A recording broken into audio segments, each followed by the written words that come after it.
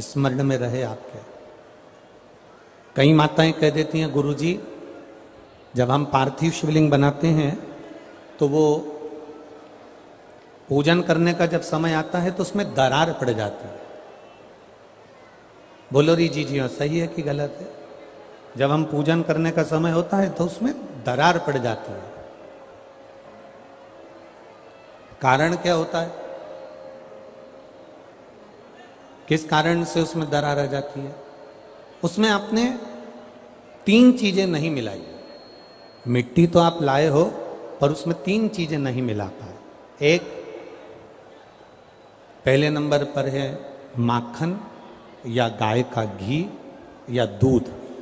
इसमें से एक चीज जरूर मिला मिट्टी में।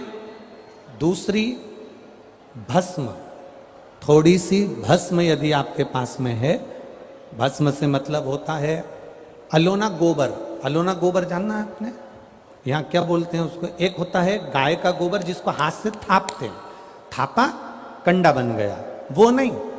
अलोनी गोबरी, गाय ने पौटा करा, वो सूख गया, उसको उठाया, जलाया, उसकी भस्म तैयार करी।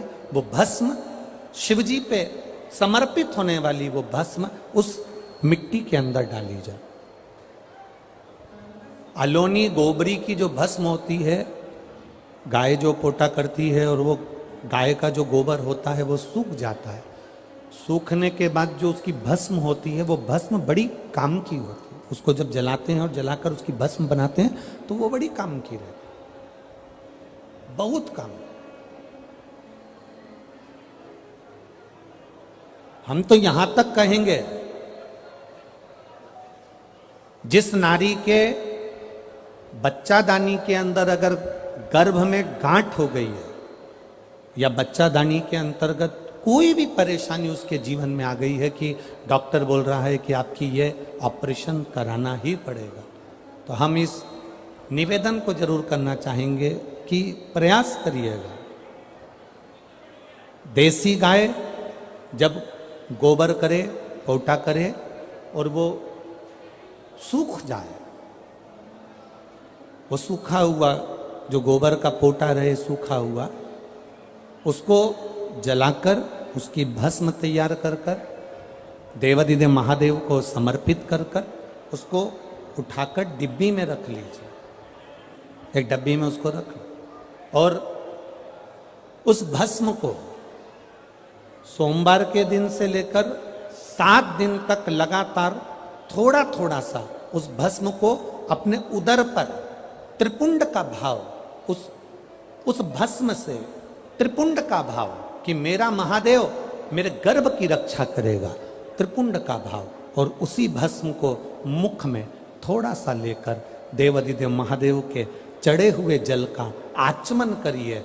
जो गर्भाशय में जो भी तकलीफ होगी मेरा देवादिदेव महादेव उसको अच्छा कर देगा। गर्भस्थ तकलीफ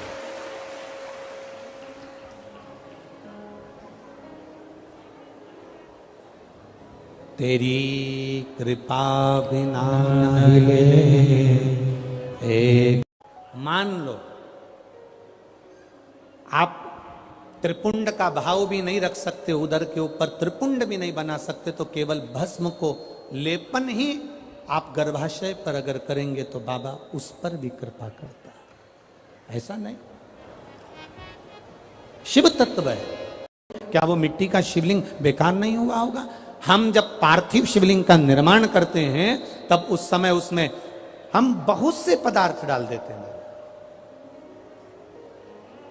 आप कुछ डालें ना डालें, 2 चीजें मिट्टी के अंदर अवश्य डालें। एक मक्खन या दूध या गाय का, जम के बोलो, घी, और दूसरा भस्म। ये 2 चीजें क्यों डालना चाहिए? कि शिवलिंग अच्छा बनेगा, शिवलिंग पक्का रहेगा, दरार नहीं पड़ेगी, उसके लिए डालना चाहिए क्या? ना ना ना ना। पार्थिव शिवलिंग का निर्माण करने वाले 2 चीजों का स्मरण अवश्य रखें। पहला, मिट्टी के अंदर जब हम मक्खन, दूध या गाय का घी डालकर शिवलिंग का निर्माण करते हैं, जिसके घर में वंश नहीं बढ़ता, 20 साल, 25 साल, 15 साल, 12 साल हो गए हों, और जिसके घर में बच्चा ना हुआ हो, हम उनसे भी निवेदन करेंगे कि प्रत्येक शिवरात्रि, हर महीने प्रदोष आती है, हर महीने शिवरात्रि आती है, प्रत्येक शिवरात्रि प्रत्येक प्रदोष को आप मिट्टी के अंदर मक्खन या गाय का दूध या गाय का घी, देसी गाय का मिलाकर शिवलिंग बनाकर उसकी पूजन करना प्रारंभ करें। 1 साल पूरा नहीं होगा, भले 20 साल हो गए होंगे, पर आपका गर्भ जरूर ठहरेगा, ये निश्चितता। भले 20 साल हो गए, 22 साल हो गए, 25 साल हो गए, डॉक्टर ने मना कर दिया नहीं होगा, फिर भी आप बाबा पर भरोसा,